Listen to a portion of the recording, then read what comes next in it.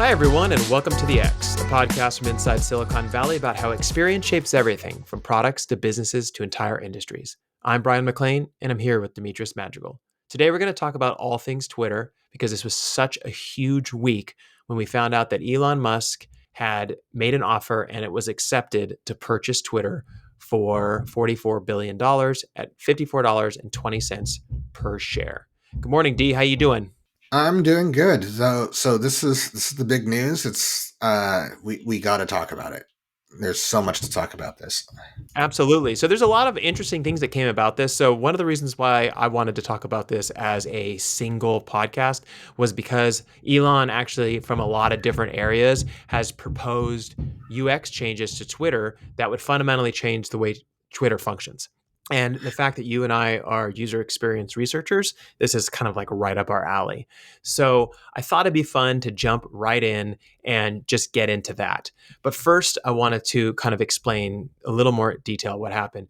So basically, Elon Musk couldn't purchase it outright with just his cash because he'd have to sell a bunch of Tesla shares. So he partnered with Morgan Stanley, and Morgan Stanley gave him the additional money needed. So he figured out a way to work a deal in order to get this platform. As we all know, there's a lot of controversy around this platform, but he proposed changes that really, some of them were actually pretty good changes, and some of them are ones that others have proposed as well in the past. And some of them could be potentially game changing or controversial. So we wanted to get into those and talk about each one individually. So, D, let's just start going down the list. Now, these are not all nailed down. These are things that either he had mentioned or others said that he mentioned either during talks or interviews, and we kind of pulled hmm them all together. So I just want to be clear about that. These are the ones that are proposed out there, but not necessarily are these going to happen. Yeah. So the first one was less censorship. So the idea around this one, you and I, Dee, talked about this just a few minutes ago, was that censorship should be only applied based on the rules of the country. Yeah. This is less content moderation. So any form of harassment or name calling or toxicity or anything that is definitely not against the law is fair game. Twitter or any other Twitter was doing previously in order to kind of keep some of the toxicity in check is would be gone. I think Yeah. that's how I read Well, this. potentially, yeah. And so I think that there's a couple things that are happening here. So one is that you have a group of people who want it to be like heavily censored. Then you have a group of people who, I should say users, semi-users in a lot of cases, right? That Yeah. want it to be completely open. You could say whatever you want, whenever you want, do whatever you hmm want, like the Wild West. And then you have the middle ground, which is what everyone's been trying to figure out for a really long time, both on Facebook and other places.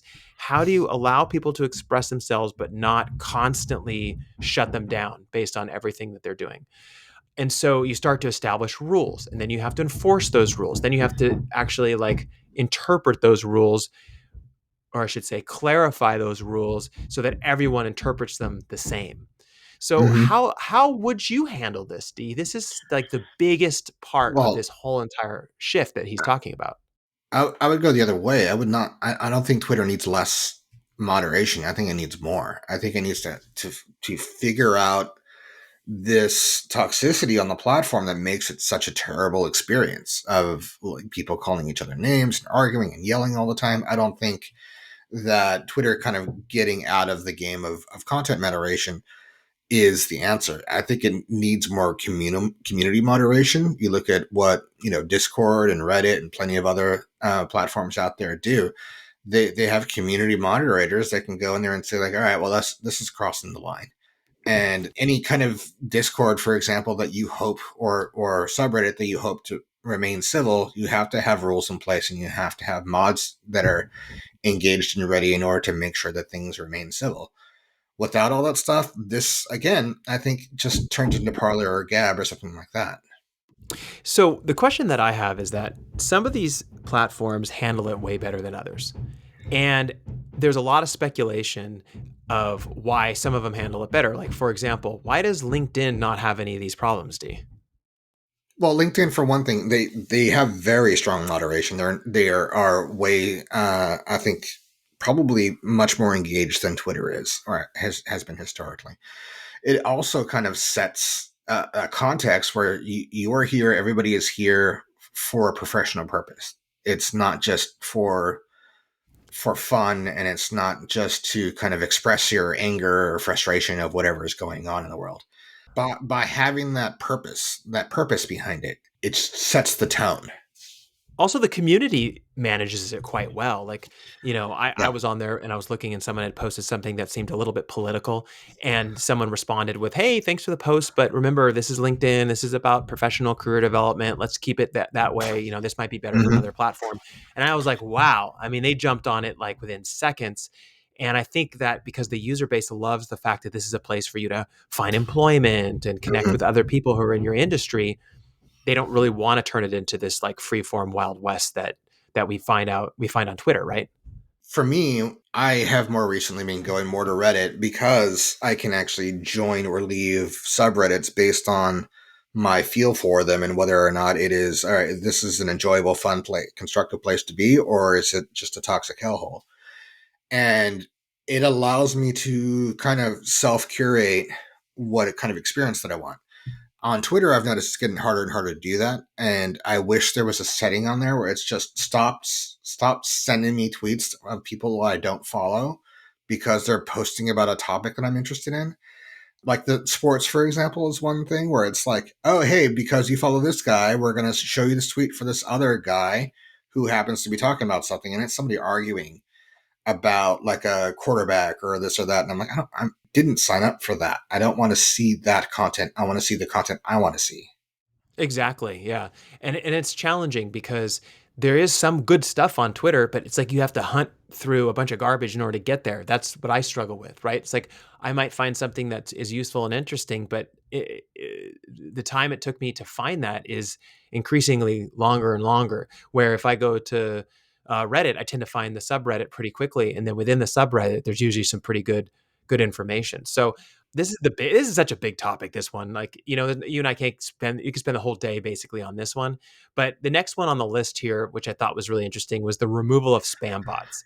You So found that there's been a interesting? I didn't find that interesting at all. I thought it was interesting because there's so many articles coming out that a lot of spam bots are actually pointing towards support of Elon's companies.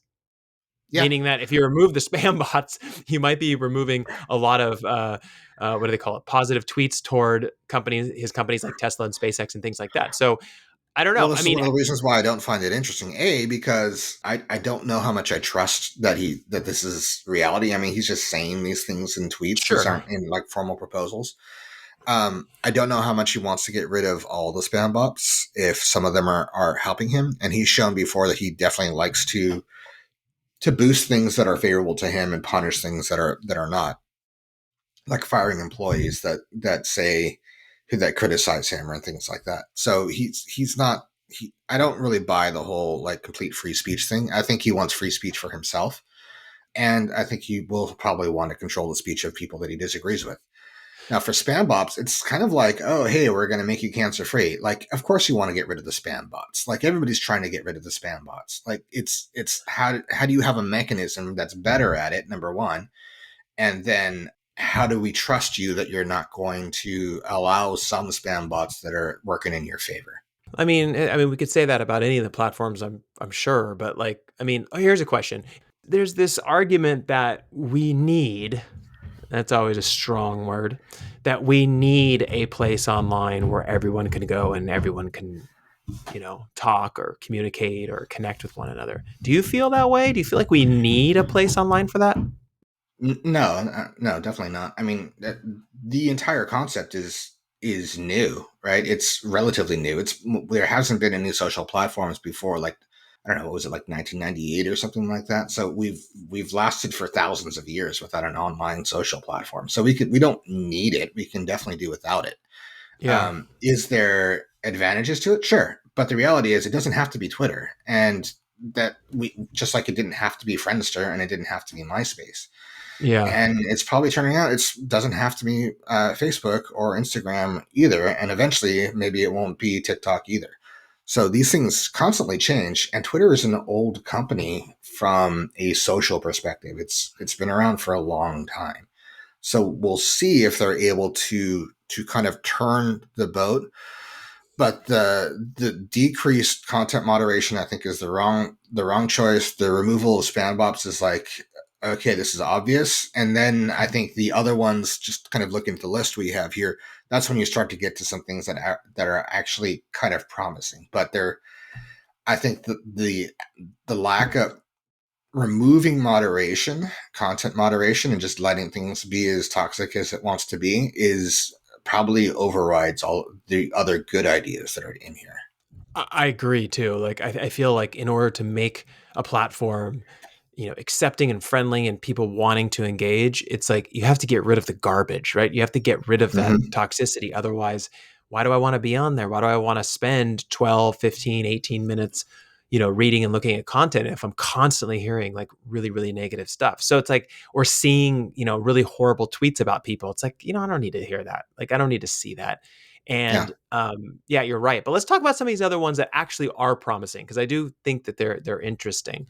Um, this one I don't know about. So, how do you feel about changing it to long form tweets are optional?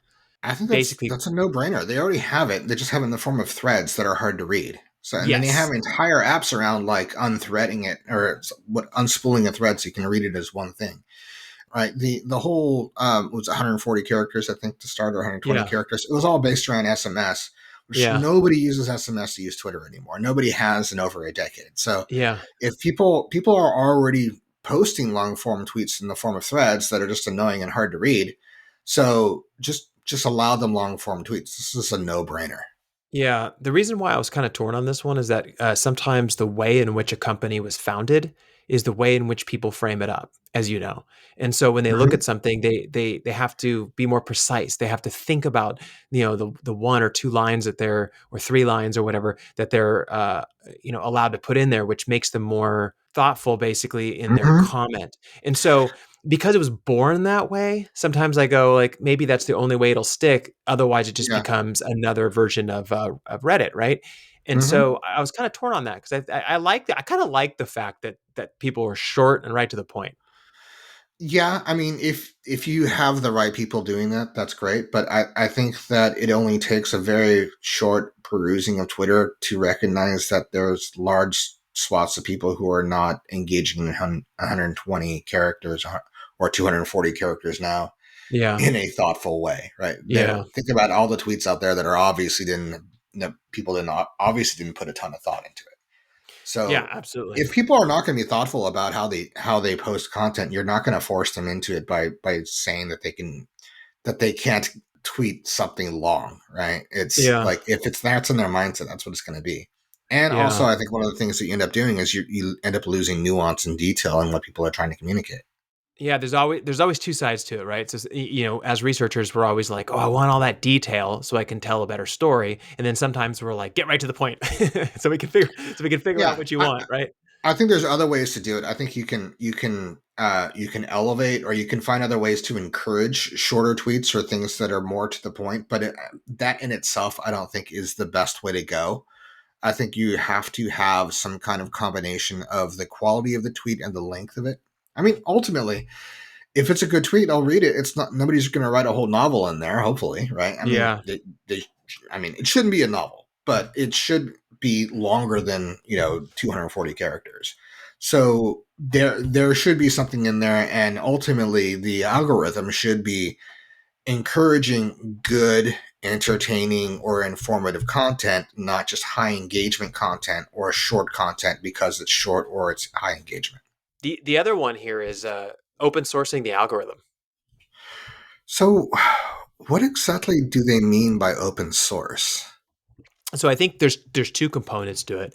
One is that when you open source the algorithm, it allows the world to see how everything functions, how the Mm-hmm. algorithm actually works. So you can have researchers around the world downloading the algorithm, working on it, figuring out new ways to improve it. Right, that's like the positive side. The negative side, people can go in and say, "Hey, we looked at the algorithm and it basically tends to favor X, Y, and Z. We don't think that's fair." So you're basically telling the world, "This is how we do it." and we're allowing you to look at it. If you have suggestions, you have ideas, complaints, or Yeah. whatever, by all means, let us know. So it's kind of transparency of the algorithm. It's not Yes. that anybody can take this algorithm and use it to launch their own social You platform. you can. If you outsource an algorithm, technically they can copy the algorithm and use it for their own, or they can make Yeah. changes to it and potentially suggest them, I don't know, on GitHub or something. I have no idea how they would play this out, Yeah. but the part about transparency I think is interesting. Well, I think the transparency is probably a good idea within. It's dependent on other things, right? So the issue with open sourcing the algorithm without accomplishing the removal of the spam bots or figuring out content moderation so that it's actually a good experience on Twitter, Mhm. then you're just giving bots or bad actors more tools in order to exploit the algorithm to their advantage. So I think it's a good idea in the right context. But if they don't do a good job on spam bots and then they make the algorithm open source, then it's just going to be then they are going to be the ones who actually invest the time and money into fully understanding the algorithm so that they can exploit it. This one is one of those ones where like I'd like to talk to a computer scientist that actually works on like different open source algorithms and stuff, and talk Mm-hmm. about what are all the things that someone would do with it, how would they look at it, how would they, I think there's a lot of upside to this one, but definitely like we should talk to someone who works on stuff like this to get their feedback. The other one is no ads or very few ads on the Twitter feed. Like he's just not a fan of ads. I don't see how they're going to stay alive without ads. Well, I don't think I I don't think just, that part was addressed, D. I I think mean, it's are they just just I going to go don't. nonprofit and just run it like Craigslist, or or Wikipedia, or like That's an maybe we can interesting. get some, yeah, maybe we can get some donations for people to keep the platform running because you take ads out off of Twitter, and I think that their revenue just tanks. I know that's an interesting model though to think about it. D is like if you open source the algorithm and then someone copied it and then made it a nonprofit. That's interesting. I don't think anybody would do that for Twitter. Um, Maybe I don't know, but yeah, I could. it's an interesting thought experiment. You and I do a Yeah, lot of these thought experiments that either turn yeah. out well or don't. But Well, here's the thing. I personally, I don't have a problem with ads. I have a problem with bad ads. I have a problem with that ads that are things that I'm not interested in. But every now and then, I definitely see ads. One of the things that when I go on Instagram, and I try to spend less time on Instagram these days, is that every now and then I'll see like, oh, here's some suggestions from Amazon for Mhm. products you might be interested in. I probably spend more time looking at the different products on Twitter or on Instagram that are suggested products on Amazon than I do on most other content on on Instagram. I'm like, okay, so and so went to took a trip somewhere. I'm like, okay, fine, I've seen that pictures of Yosemite a million times, Mhm. but I didn't know that this particular piece of uh, computer hardware existed, and it's really interesting. So advertising, if it's done well, I don't mind. The problem is that a lot of the advertising is garbage stuff that nobody's actually interested in. Yeah, like just as a side note, when was the last time you watched like regular TV? Like meaning like you turn it on to like channel 3 or channel 4 and something's on. Like I had this experience. Well, It's been 10 years or something like, yeah, you forget about how commercials exist. oh my gosh. So basically, I was scrolling on the television and I was like, this is so kind of weird because the commercials happen so frequently, right? I'm not used to Hmm. that. And number two is like every commercial is for like a medication to save your life. So one of them was like, do you feel sweaty? Do you feel hot? Do you feel this? You could be having a stroke. And I was like, oh my God, I think I'm having a stroke. Yeah. And then it's like, just buy our medication, you'll be fine. No, I'm making a joke. That's not real. But basically that's what every commercial is like. They're basically selling you something that's like for medical purposes. And it's just so Well, strange because I don't use yeah, normal television anymore. because it's the demographics of people who are using broadcast TV nowadays Yeah. Yeah. are people who are more likely to have health issues, or they are want to get cash for gold or something like that. Um, Cash for gold. Oh my God. That was the other one. right. So you asked me the question: when was the last time I watched TV with commercials? It was probably the Oscars, and before that, it was probably The the Oscars the year Super Bowl. before. No, it was the Super Bowl. So Oh, yeah. Yeah. that I think actually highlights what I'm saying about ads, right? So you watch the Super Bowl, you stick around to watch the advertising because that's where everybody puts their money in to make good, entertaining, and informative advertising. Then you watch anything else, and it's like, all right, well, everybody kind of phoned it in for their advertisements on anything else. And then it's like, all right, well, these are not products I'm interested in. These are not services that I'm interested in. And the advertising is terrible. So, like, you go Yeah, to any news site and you get blistered with a 50 million pop-ups of stuff like that you don't want to buy. 100%. Right. And so, like, we're trying to get away from that. I actually think in general, people are kind of getting over it or they gloss over it. I don't know. Maybe it's going in our Mm-hmm. subconscious, D. I mean, cash for gold, it's in there somewhere. I need to sell my old gold. Yeah, Um, there was a whole South Park episode about it. yeah. But let me point something out though. So ads in general, when done right, you nailed it. Because on Instagram, I get ads on there as well, and I've told you this, and I've admitted this on the podcast. I've bought stuff off Instagram Yeah, because they service such a good ad to me. yeah, And the ad was basically like, because I like outdoor stuff, it was like showing me like these cool Yeti mugs and all, and I was like, man, you guys got me nailed. And I enjoyed it. I looked at it. yeah, I found some good deals. I bought stuff on there. Like, so, I'm not 100% against yeah. ads either. I mean, I'll go on uncrate.com, and Oh yeah. the entire website is basically advertisements that are tailored towards people like me. Yep. So I don't mind the ads if they're good ads. Now, Twitter, I found that they don't have their ad personalization is not as good as Instagram's. If they Yeah. made better ads, I'm like, fine, show me all the ads you want if it's stuff that I actually am interested in. Yeah. Uh, but at the same time, sure, fewer ads on Twitter, no ads on Twitter, that's fine. I don't need it, but I'll take it. But I just Mhm. can't see how I don't see how they remain afloat if they do that. Yeah. Well, the other one here on the list, which is a total no-brainer, but I wanted to put it in because I sourced all these from different locations, was the removal of inactive or old accounts. And the example that they had on there was there's actually quite a few Twitter accounts where, not for any bad reason or anything like that, people had created one username and then they were like, oh, I don't really like this username. And so they created another username and then left the account, and Twitter had never deleted them or made him inactive or anything like that. And so cleaning up and getting rid of all those old accounts and that kind of stuff, and really making a point to put like engineering time behind deleting them, because you don't want to account for those if there's nothing actually happening with them. Sure. I don't know that it affects the user experience because if they're inactive, you just don't see them anywhere ever. So you're probably going to see some of the Twitter addicts who are really concerned about their follower counts. They're going to Hmm. freak out because a bunch of old accounts are going to be removed. But sure, I don't see any good or bad things about that. Yeah. And then the edit button. What's the deal with all the controversy around an edit button? Like every I don't social know. platform allows you to edit, and then there's people's like, no, it should be whatever's in your mind, and you put it out in the world. I'm like, yeah, but sometimes you misspell something or you want to make a change. Yeah, Like, who cares? Who cares? I don't get it. I honestly don't get it. just let them have the edit button. People screenshot everything that people say that are inflammatory anyway, right? Yeah. Because people know you can delete it. So just let them have the edit button. It's dumb. Like it's not like they're gonna say one thing and get a bunch of people to respond and then completely go the other way by editing it.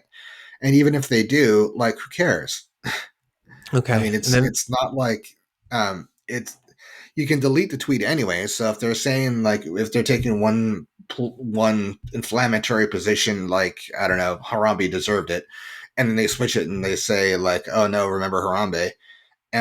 All the people who were angry and made some kind of comment in response to the first one, like who cares? They can delete it, they can leave it, it doesn't matter. yeah, 100% agree. And then the last one I had here, which, I already know your response to this, but I'm gonna mention it anyways. So Dogecoin. So basically, they want to allow Dogecoin payments for Twitter Blue potentially, and for other things. Maybe you want to buy stuff or whatever. And the reason is because the biggest demographic on Twitter today is 25 to 34-year-olds, and that particular demographic is really connected with crypto. And in Yeah, particular, a lot of those people have some Dogecoin. So Let me tell you, man, offering, Elon must own a lot of Dogecoin because he is obsessed with Dogecoin. Like, why Dogecoin? Like, it doesn't make any sense at all why it would be Dogecoin. Let me tell you, I'll break down for you what goes through my mind every single time one of these tech CEO types or owners make a statement like this. Anytime they're promoting any cryptocurrency that is not a stable coin and it's not just crypto in general, it's a specific thing like Dogecoin or Ethereum or Shiba Inu coin or something else, it doesn't come from a well-meaning place. It's because they're like, oh, I like Dogecoin in particular, so I'm going to try to promote that one. This is a promotion of a particular cryptocurrency, not yeah, the technology in general. Anybody who's serious about a cryptocurrency as a currency will ultimately do stablecoins. And stablecoins, yes, they have issues because they're ultimately rooted in fiat currencies and things like that. So the argument is like it's not that different from just using a fiat currency. hmm, But anything else right now, like Dogecoin and everything else, they're not operating as currencies. They're just operated as unregulated securities. So yep. it's just it's disingenuous and like it's just Elon for some reason has some kind of obsession with Dogecoin in particular when And there's a lot of plenty of people, other better options out there. yeah, and a lot of people like have their own, like you said, like, you hear Yeah. one tech person saying, not necessarily a CEO, it could be any just influential tech person saying like, oh, I really love this coin or whatever it is. And it's like, Hmm. I get it. You own a ton of it or you feel like it Yeah. has a lot of value, but um, yeah, no, Especially with it's it's the same thing interesting. when Jack is like, "Oh yeah, Bitcoin." I'm like, "Why Bitcoin? That thing's a dinosaur from a cryptocurrency standpoint."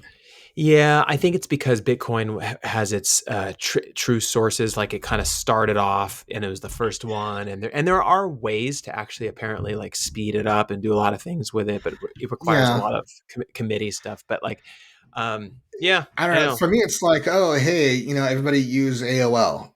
I mean, like, just because it was one of the first doesn't mean that it's what you should be using now. Yeah, it's an interesting argument. That one alone, I was doing some research on, and we could talk about this in another podcast. But there are some arguments about why that should be the stable, not currency, but reserve asset or whatever it is, and then the stable currency should be a stable coin, and that eventually we Hmm. probably will have a stable coin. Like you might trade in $1,000 of your actual money for the coins because almost everything purchased online is through these coins, and so Yeah. and then you could trade it right back and it doesn't cost you anything. This Well, stuff is yeah. coming. Well, the way what I think we're going to end up with, as much as nobody's going to be satisfied with this, is just a fiat government issued stablecoin. Exactly. Exactly. That's I see because that too. everything else just seems to be hitting into dead ends. And I don't want everyone to think that we're like super negative on this. We're not. We're giving our personal opinion. This is a tough one. Yeah. Every CEO that has showed any interest in Twitter thought that they could be the one that fixes it. And I think fixing I don't know, a population and the way that they actually communicate and that kind of stuff, it's a very challenging task. It's a big one. I mean, we've talked Yeah. about this before. Disney thought about buying Twitter at one point, and then it was too toxic basically for them. And Hmm. Salesforce looked into it, and a lot of other companies have looked into it. So best of luck on making this happen. But it's just a really tough challenge that apparently he's up to. So we'll see how So it goes. one thing I'll sum up for these changes that he's proposing. I don't know if these are actually. I doubt that these are exactly what's going to get No, they're implemented just ideas. once the rubber hits the road. I mean, Elon, he seems to be thinking like a lot of other people who are heavily Twitter addicted. Basically, they Yeah. tend to think that other people think like them, and the Yep. reality is the proportion of the population that treats Twitter as something that's like a need or a town square or something like that is a very small proportion of the population. Most people I, don't I treat think it like so. that. I think so. And only time will tell with this. And the Hmm. next big question really is do you think that he could pull it off? I mean, can he? Yes, he absolutely can. I don't think he will though. And this kind of comes down to like another way that I would describe, like encapsulate all of the changes that he's making in total is this is based around his vision of how he wants Twitter to work, not how Twitter would actually be successful. I see what you're saying. I see what you. Okay, so what you're looking at it from the angle of like he wants Twitter to work this way, but if he makes it work this way and function this way, you don't necessarily think that translates to everyone else is going to agree with him and everyone else is going to be on board on that train. Yeah. I don't think that his changes create a successful platform. I think it's changes that makes the platform into something that he really wants it to be. Yeah, and I'll tell you what my honest to God opinion is. I think that Elon is a pretty good operator, but I Hmm. think if he does everything that he has suggested, which I don't think all those things will happen, but like let's say he does, I think that it'll just be a much, much smaller platform. Like Yeah, I just don't see it I agree. being $100 billion valued platform in 5 years. I feel like it No. would shrink. Yes, I think Twitter was shrinking anyway, and I've said multiple times I think it's a platform that's dying in slow motion. Hmm. I think this makes it maybe not quite so slow motion, and there's a variety of reasons for that. And it's not even as related as much to Elon himself or what he's doing, and to some extent a reaction to how the world sees Elon. And we'll Yeah. talk about that. Yeah, absolutely. Absolutely. So I want to talk about some of these comments that you had sent over to me regarding and I really I did some research, but I don't think anyone really knows what's actually happening with these deactivations. No, so what we saw is it's been reported in multiple different news sites, and we'll post some of the stuff on Twitter. But they saw mass account deactivations on Twitter shortly after the announcement that Twitter and Elon Musk had come to this agreement for the acquisition. We saw left leaning accounts like Barack Obama's lost large amounts of followers, while right leaning accounts like Marjorie Taylor Greene gained large amounts of followers. And then Twitter Interesting. further said that these deactivations were organic, meaning that they were not a result of them shutting down a bunch of bot accounts like they've done before. This is actual people deactivating their accounts on Twitter. Now is this tied also to the Mark Hamill issue? Because Mark Hamill made a post on Twitter saying, "Hey, within 1 day, I lost 8,000 subscribers, and I have no idea why." And he said, "Did I say something?" Question mark. I didn't hear that, but this is the way a lot of people are going to react to pay attention to their Twitter followers. Is if you are kind of a left leaning kind of voice like Mark Hamill is, you're going to see your follower count drop because those people are leaving the platform. Mm, What this says to me is that the entire platform audience is going to shift to the right. And as it shifts to the right, and other things that are talking about, like allowing Trump back on the platform and allowing kind of these borderline illegal comments to be posted because there's less content moderation involved, the whole platform audience is going to shift to the right, partially because the right now, including the QAnon people, uh, they really love Elon Musk, and a lot of the left leaning people are very critical of Elon Musk. They don't like him. So you're going to see a lot of it, like I said before, from a audience perspective, turning more into like a Parler or a Gab. yeah, and so I guess the bigger question is that do these platforms pretty much inevitably always going to end up one side or the other?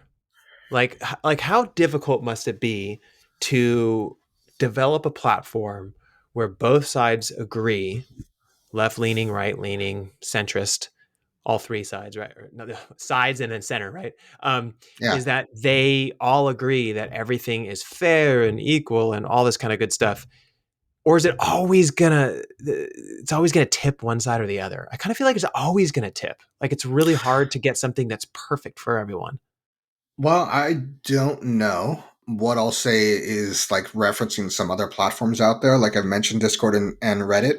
And one of these ways that they handle this is they have like subdivisions, and you can it exists within those subdivisions. Like they have left leaning subreddits and discords, and they have right leaning subreddits and discords, and they have several Discord servers that I'm a part of where the like political conversation is banned. Like we're here to talk about audio or video games or something like that. We're not here to talk about budget allocations and things.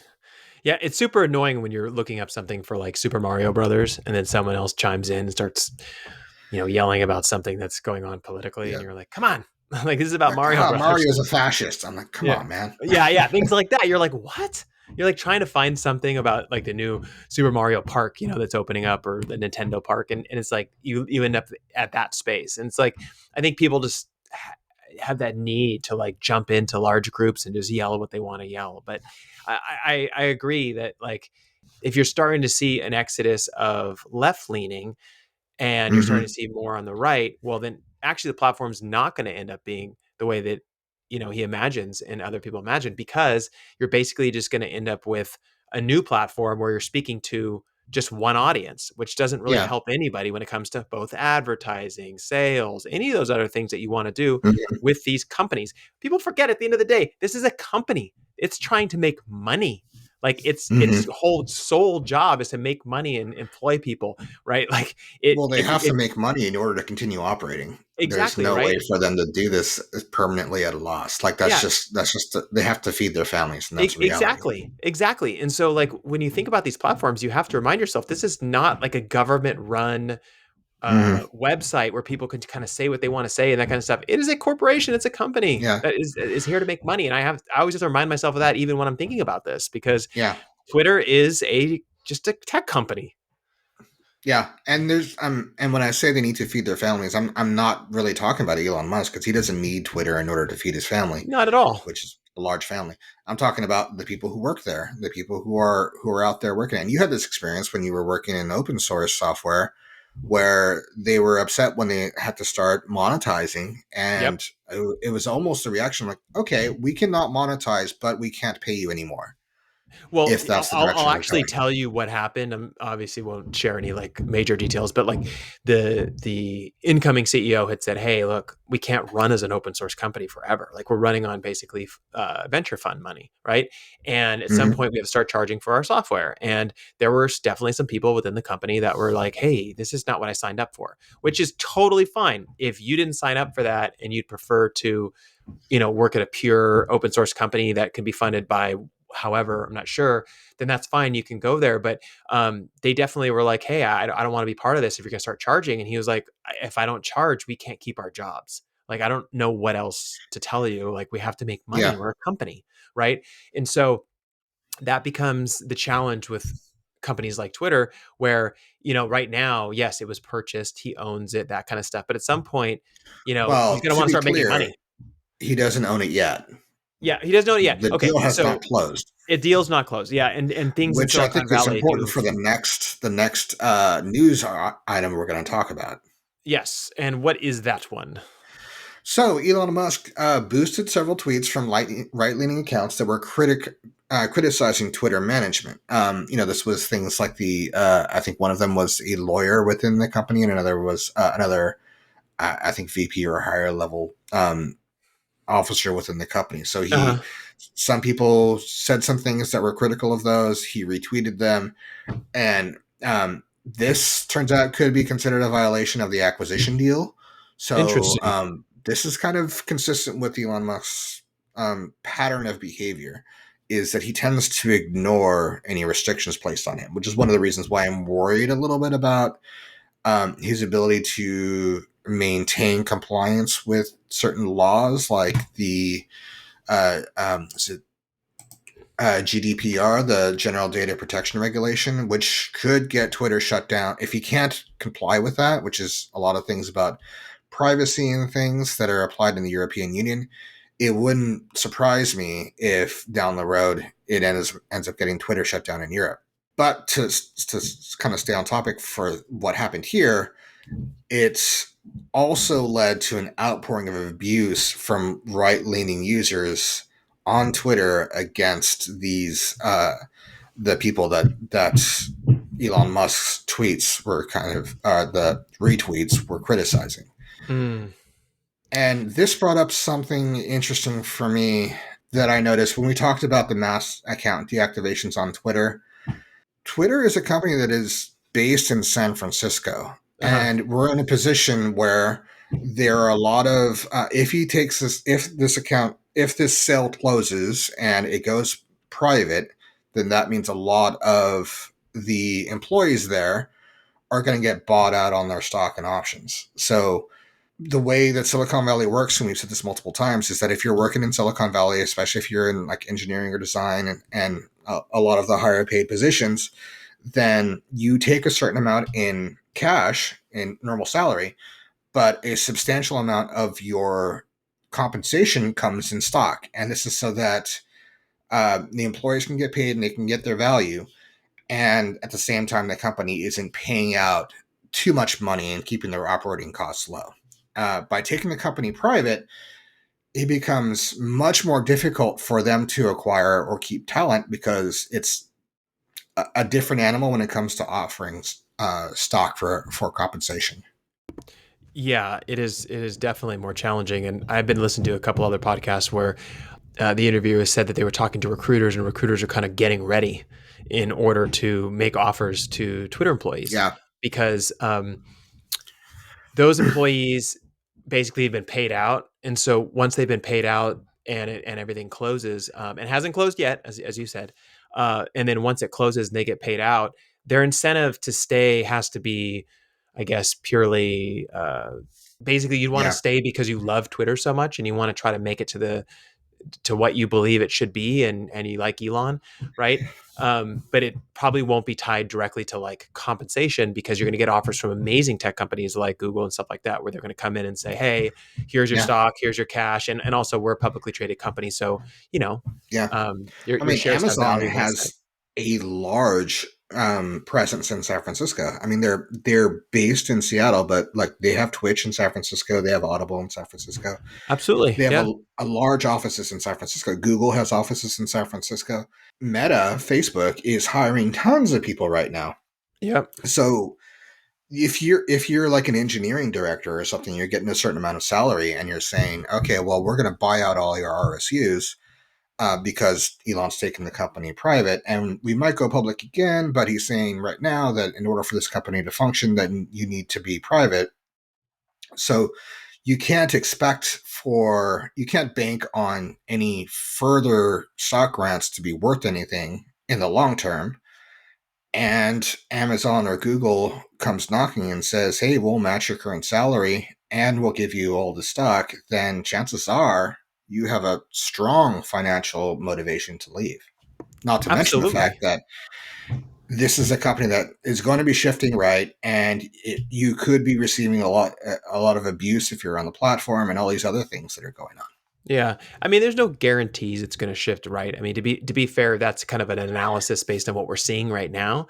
But, Mm-hmm. when he does, deploy a lot of these changes and things like that, we'll see how it unfolds for sure. And I Hopefully. 100% we will be circling back and talking about all this stuff, in the future. But like, we're making predictions based on how we see things as UX researchers, right? We get to peek around the corner as researchers. That's the best part of it, is that we look at data and we look at trends and we start to go, I think I know where this is going. And Demetrius has definitely like been looking at this and going like, hey, there's a lot of little data points that are indicating that things are going to move in that direction. And if it does, it definitely changes things. And I want to also point Yeah. out, when we talk about moving headquarters, it's a bit of a, in your mind, when we say moving headquarters, you might think they're like grabbing some huge building somewhere and everybody moves into that new building. This is a remote working world now. So it could Yeah. simply be a small headquarters in Texas, and we could still have the majority of employees all around the Bay Area, but the Yeah. headquarters itself is technically, documents signed, is in Texas, right? That's kind of how these things Yeah. work. So this came up recently because there, government representatives from Florida, Texas, and Tennessee hauled and extended invitations for Elon to move Twitter to their states. So I think it was a mayor in somewhere in Florida, and the governors of Texas and Tennessee were like, "Oh, hey, move here. You'll have less tax rates," which is Yeah, marginally true when you start to take in like the full account of taxes. So this is something that could happen because Elon previously, quote unquote, moved Tesla and SpaceX to Texas, which, spoiler alert, he didn't. If you look up where the jobs are for Tesla and SpaceX, the majority of them are still in California. He moved Yeah. their nominal headquarters to two locations in Texas. So that means that he was being taxed at the Texas rate when it came to Mhm. liquidating his equity and things, but operations are still largely in California, and there's a And, and reason for and to that. be clear, pretty much everybody does this, and the reason is Yeah. that you'll see that most corporations are Delaware corporations and things like that, looking for a tax advantage in whatever state gives you the best taxes, so that you can Hmm. use your money more effectively within your company, and then you end up hiring people basically that live in the areas where the talent is Yeah. located that you need. Yeah. So in tech industry, there's ultimately a shortage of qualified jobs for some very important positions, including engineering. Hmm. So for that reason, a lot of tech companies like a Google and Amazon and the like, they try to make they're competing for talent. This is in a situation where people are considered lucky to have a job. So if somebody's qualified to be kind of a higher end person or like a white collar worker in tech, then they have lots of options, especially somebody who's based in Silicon Valley, and it's very easy to move somewhere else. So if Elon were to move the company to somewhere like Texas or Florida, it's unlikely that he's going to get a lot of people who don't have that stock incentive to move, even working remotely, to those locations. So for that reason, and also the fact that I don't think anytime soon they're going to need a tax advantage for Twitter. I mean, this is a company who's probably going to be operating at a loss for a while. Yeah, I don't think there's a lot of motivation for him to move out, and it could exacerbate some of the staffing issues they're going to run up against. absolutely. Yeah. Well, D, this was very interesting. I know that we have sometimes different takes on some of these things, but at the very least, I think it's going to be interesting to see how this stuff unfolds. Two things I Yeah. wanted to mention before we do wrap up. One is that we had an amazing interview this week, didn't we? That's going to Yes, post we did. next week, and I'm not even going to tell everyone who it is, but it ended up being phenomenal. It was so good, and so I hope everyone has a chance to listen to it and shares it with everyone. It was just an excellent interview. And then the second thing is, if anybody heard pounding on this podcast today, that is because I am having a new roof put on my house. And the amazing workers that are up there putting this roof on, we're trying to be as quiet as possible, but it definitely got pretty loud at some point. So hopefully I can cut some of that stuff Yeah. out before I post this. So let me ask you before we wrap up, what is your prediction for what is actually going to happen when it comes to Elon and Twitter? I do think the deal will go through. I do think that he will own the company and be chairman of the board. I think that he will get all new board members that are people he trusts, that are heavy Twitter users. I think that they'll have a pretty large exodus of people who currently work at the company, and it will bring in new people who want to follow Elon because he's been Hmm. so successful, especially with stock price on Tesla and some of the other ventures that he's gone after. I think that if they go full subscription, I think it'll shrink the platform to about 10 to 20% of what it currently is. And I think it'll take 5 to 8 years based on the ideas that he has in order to solidify the platform and kind of keep everybody happy and excited about it. I just think it's a big endeavor. And my only concern is number one, Elon tends to get his responses are emotional or whatever you want to call it, and I think this is not the right place for it, like in the Hmm. sense that this company needs a lot in order to get it to where it needs to go. And number two is he's running like five other companies. like Yeah. like do you have the time to do this? So I think he needs to find a CEO that he can trust that will drive the company in the direction that he wants it to go, and that's the best Do you, best opportunity that he has. do you actually think that they will go subscription only if knowing that it's going to shrink the platforms by a significant amount? Well, he actually said, "I want to turn Twitter Blue. I want to reduce the price of Twitter Blue from $2.99 to $2, and kind of open it up to a broader audience." I think that if you make it subscription only, then it becomes kind of this closed platform of a bunch of people talking to each other that, could afford to spend money every month on Twitter. I think that if it was me, I would have a subscription option, but I would open the platform for everybody.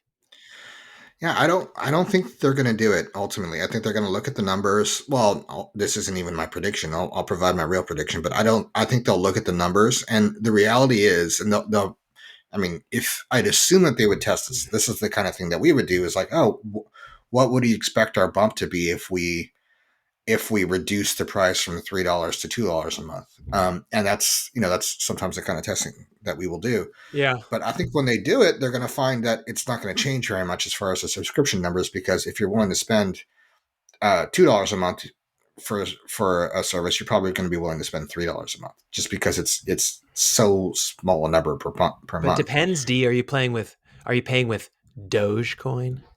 If you're paying for Dogecoin, then it needs to be cheaper, because who knows what's going to happen with Dogecoin. But Exactly. regardless, if you get charged a certain price with Dogecoin and it goes up like Elon Musk wants it to, all of a sudden you're not paying $10 a month, right? Because you're probably paying the same amount of Dogecoin every month. I would be surprised if they actually did that. But at the same time, like if I were to take a position on what I think could happen, Yeah. um, I think I think the sale doesn't go through. And I know that sounds a I little crazy. No, no, no, no. It doesn't sound crazy because I actually thought about it as well. I thought if it doesn't go Yeah. through, what does that actually mean? Yeah, so here's what I think kind of happens is I think that the mass deactivations, and I think that you'll tend to see more. Like I've spent a lot less time on Twitter the last week or so, and I've found other sources for it. And I would like to say if you go to Reddit and you go to the subreddit r news, I joined that, and it's almost exactly what I want Twitter to be, which is just like just give me the news articles aggregated in one area, lot less editorializing and opinion in it. It's just the news articles, and you can look in the comments if you really want to, and even the comments are more thoughtful and intelligent than what you will tend to see on Twitter.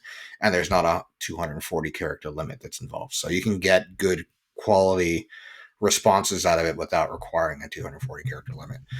But I think what's going to happen is as the deactivations continue and the user base kind of drops in response to this, is that Elon will either back out or he'll try to renegotiate the price based on that, and then the whole thing will tend to fall apart. Interesting.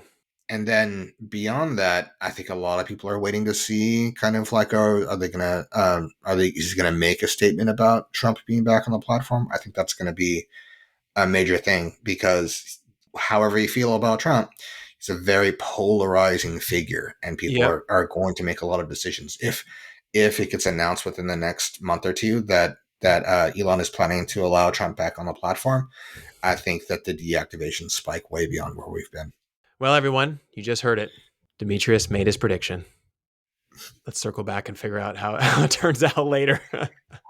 We're gonna have to do a follow up on this at Yeah. some point of like, hey, look, we were both completely wrong. Yeah, I'm okay with Some that way. too. I don't mind. I do this for fun Yeah, anyways, just kind of thinking through this stuff. And we have friends, that have either worked at Twitter or been there and stuff. And I yeah. definitely wish them the best as on this transition for sure. Cause I love all those people, it's just, these are Hmm. just interesting times. But hey, everyone, thanks so much for taking the time to listen to us today. We really appreciate it. We'll be posting the links to many of the sources that we referenced on Twitter. So you can find us and follow us at Twitter on the X Podcast One. That's the X Podcast number one. If you like this podcast, found it interesting or informative, it helps us a great deal if you subscribe or leave a review on whatever platform you use. Thanks, everyone, and we will see you all next week.